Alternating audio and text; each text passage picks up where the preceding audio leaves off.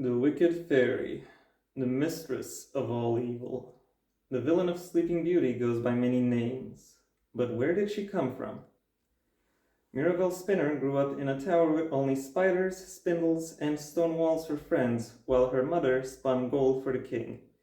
She wondered why her mother refused to teach her fairy magic, until one fateful mistake led Mirabelle to become the healer in the king's Sleepy Wood Company.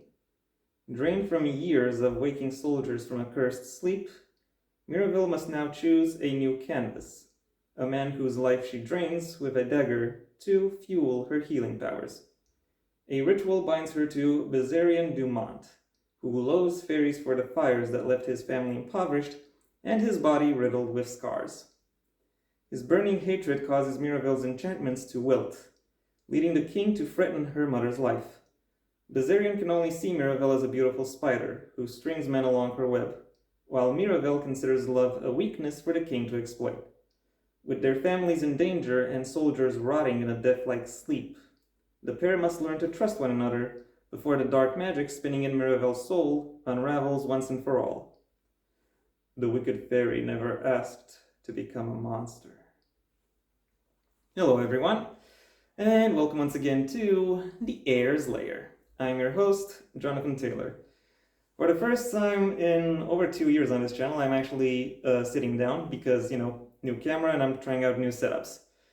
In spite of that, I am going to some old stomping grounds, so to speak, and looking at the newest release of old friend of this channel, Rosalind Breyer. And by that I mean her newest book, her Dark Enchantments. Yes, Amazon, thank you. Okay. This book has, her track record so far speaks for itself, if you really think about it. And given this book had a more interesting production schedule, I thought I would take a look into it, see what it's like, see how it turned out.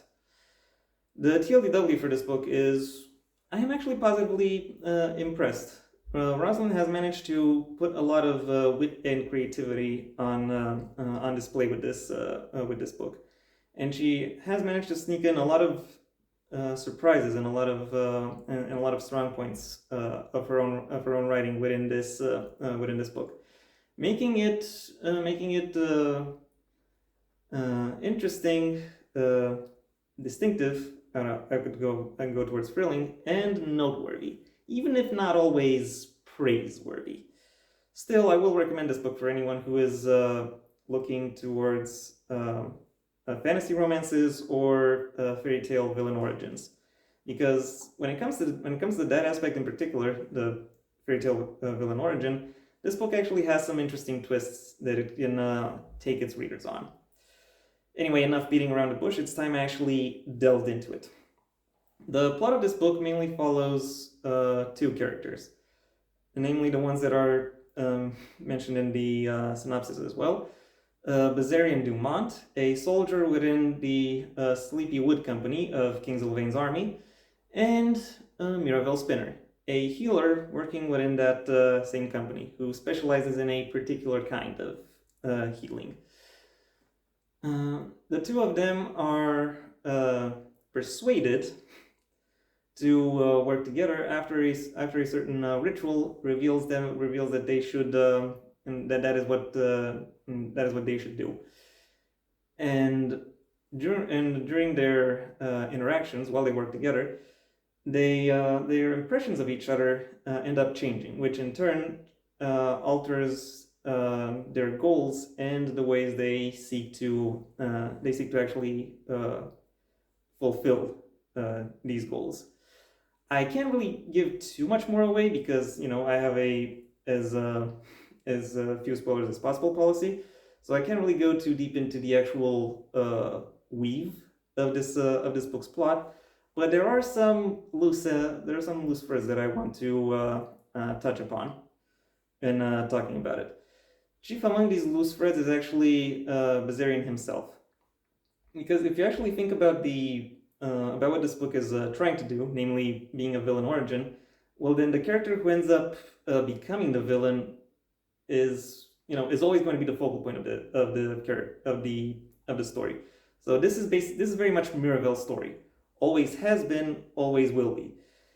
And any character who comes into the same focus as her needs to have a character arc or a development that either is as compelling as hers or mirrors her in some way.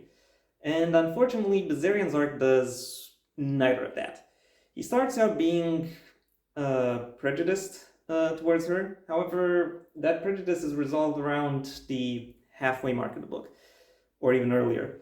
And once that is addressed, the book doesn't really have anything else interesting for him to do. He's just kind of a tag along on on Miravel's arc, which I have to say is somewhat unfortunate. At least when it comes to him, because there could have been more done with the page time that he was given. And what do I mean by that? Well, for example, Rosalind could have spent perhaps a little bit more time expanding upon the actual main villain of this story, who is King Sylvain.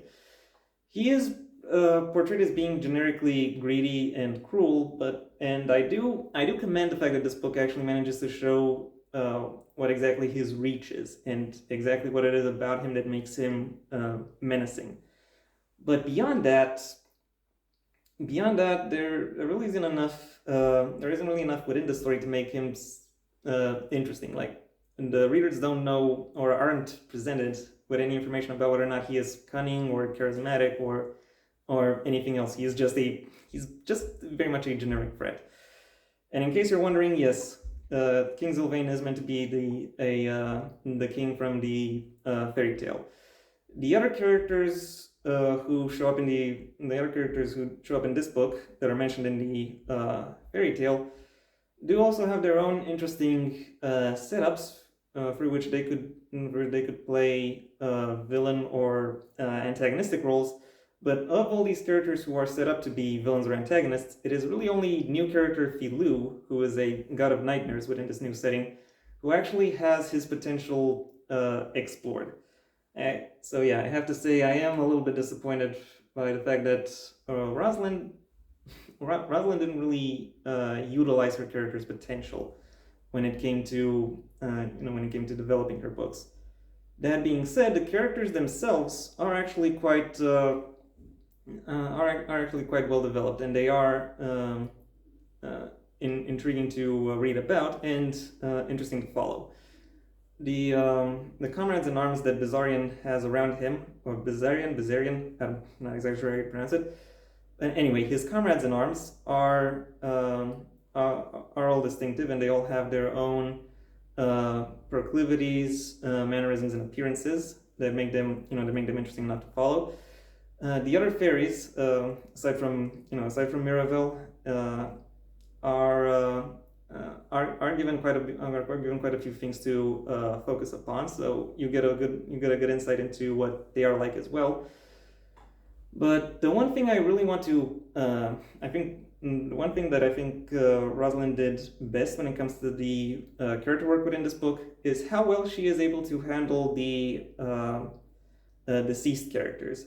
And by that I mean how well she is able to expand upon these characters' attributes, relationships, and the impacts they have on the characters who are still alive within the story. A lot of this narrative, if you think back upon it a little, is actually fueled by grief, and Miravel does a great job at showcasing what it is about these deceased characters that the still living ones grieve. Why this particular loss meant as much as it did for each of them. Personally, I have a theory that this is what started her idea for this book. The idea that the wicked fairy became wicked because of the people she ended up losing. And really, this is just me talking, so this won't go into this won't get into the actual review itself. I don't think that is that is really a good story setup for this particular character. But regardless, it is what it is, and it is done actually quite well. Another thing that is done quite well, as is by now actually typical for Rosalind, is her world building. She does actually go a little bit into not just King Sylvain's realm, but also various other kingdoms that he has interacted with, and has showcased what these interactions actually consist of. She also gives her readers a brief look into this book's magic system, which is not particularly intricate or complex, but it is presented in a very interesting way. One that actually manages to catch the reader's attention, and that flows in a very easy to follow and interesting manner. The one thing that puts it over the edge is how other characters interact within the setting, and how it is that they influence the world around them, or how the world around them influences them, particularly in terms of how magic either is used or is intended to be used. That is something that again is quite minimally done, but it is quite well done.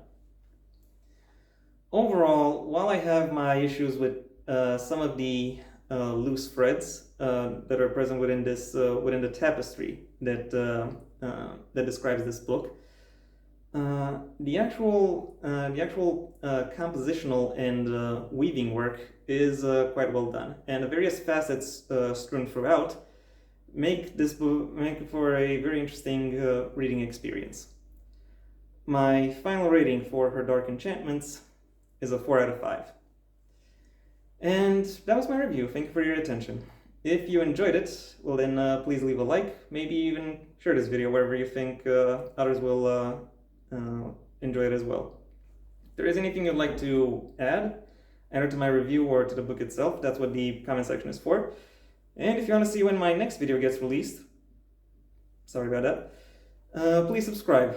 Ideally also ring the bell or do whatever else YouTube will ask of you in order to keep you notified. My own book, Heir to the Empire Next Generation, is available at most major book retailers under a master link in the description down below, right past my social media links, which I would suggest you check out should you choose to. You'll also find my Patreon listed down there, just in case you want to support me more directly, and maybe even receive perks such as early access to videos as well as scripts, both for this channel and for my second one. Until next time, I am Jonathan Taylor, and this has been the Heir's Lair.